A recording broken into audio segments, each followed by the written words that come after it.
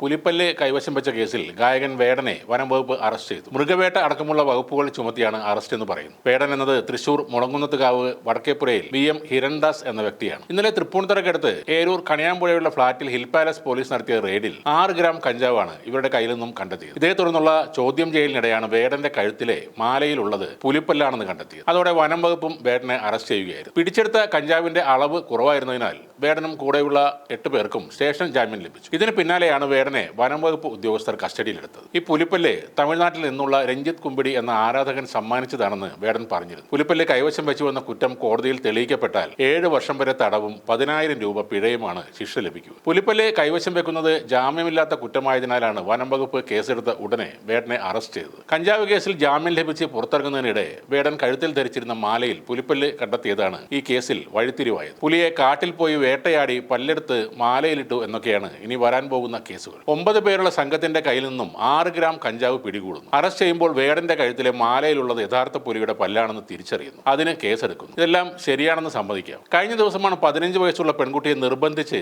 അർദ്ധനഗ്നയാക്കി reels ചിത്രീകരിച്ചെന്ന പരാതിയിൽ blogger Mukesh M. നായർക്കെതിരെ പോക്സോ കേസ് വന്നത്. ചിത്രീകരണ സമയത്ത് അനുമതിയില്ലാത്ത പെൺകുട്ടിയുടെ ദേഹത്ത് സ്പർശിച്ചെന്നും പരാതിയിൽ പറയുന്നുണ്ട്. കുട്ടിയുടെ രക്ഷിതാക്കൾ കോവളം പോലീസിലാണ് പരാതി നൽകിയത്. കൂടാതെ ആ പെൺകുട്ടിയോട് അപമര്യാദയായി പെരുമാറിയെന്നും നിർബന്ധിച്ച് അർദ്ധനഗ്നയാക്കി ആ ഫോട്ടോ എടുത്ത് നവമാധ്യമങ്ങൾ വഴി പ്രചരിപ്പിച്ചു എന്നുമാണ് പരാതി. ഈ സംഭവത്തെക്കുറിച്ച് കൂടുതൽ അന്വേഷണം നടത്തിവരികയാണെന്നും പ്രതിയെ കണ്ടെത്താനുള്ള ശ്രമങ്ങൾ ആരംഭിച്ചു എന്നും പോലീസ് പറഞ്ഞിരുന്നു. റീൽ ചിത്രീകരണത്തിന്റെ കോർഡിനേറ്റർക്കെതിരെയും അന്ന് പോലീസ് കേസെടുത്തിരുന്നു. മുൻപ് സോഷ്യൽ മീഡിയയിൽ മദ്യവിൽപ്പന പ്രോത്സാഹിപ്പിക്കുന്ന പരസ്യം ചെയ്തതിന് എക്സൈസും മുകേഷിനെതിരെ കേസെടുത്തിരുന്നു. യൂട്യൂബ് വഴി ബാറുകളുടെ പരസ്യം നൽകിയതിനായിരുന്നു കേസ്. കൊട്ടാരക്കരയിലും തിരുവനന്തപുരത്തുമായിരുന്നു ഈ കേസുകൾ എടുത്തിരുന്നത്. ഇപ്പോഴത്തെ ഈ പോക്സോ കേസ് വന്നതിന് ശേഷം ഫേസ്ബുക്കിലൂടെ മുകേഷ് M. നായർ പ്രതികരിച്ചിരുന്നു. തന്റെ പെട്ടെന്നുള്ള വളർച്ച കണ്ട ചിലരാണ് ഇതിന് പിന്നിലെന്നും കള്ളക്കേസാണെന്നും ആണ് ശ്രീ നായർ ആ വീഡിയോയിൽ പറയുന്നു. ആ വീഡിയോ ഇടുമ്പോഴും മറ്റെല്ലാ ഫോട്ടോകളിലും കാണാവുന്ന കാര്യമാണ് ഇദ്ദേഹത്തിന്റെ കഴുത്തിൽ തൂങ്ങിക്കിടക്കുന്ന പുലിപ്പല്ലുകൾ. അത് ഒന്നല്ല, 2 എണ്ണമാണ്. ഓണത്തിനും വിഷുവിനുമൊക്കെ ശ്രീകൃഷ്ണനായും ദൈവമായും ഒക്കെ കോസ്റ്റ്യൂമിട്ട് വരുന്ന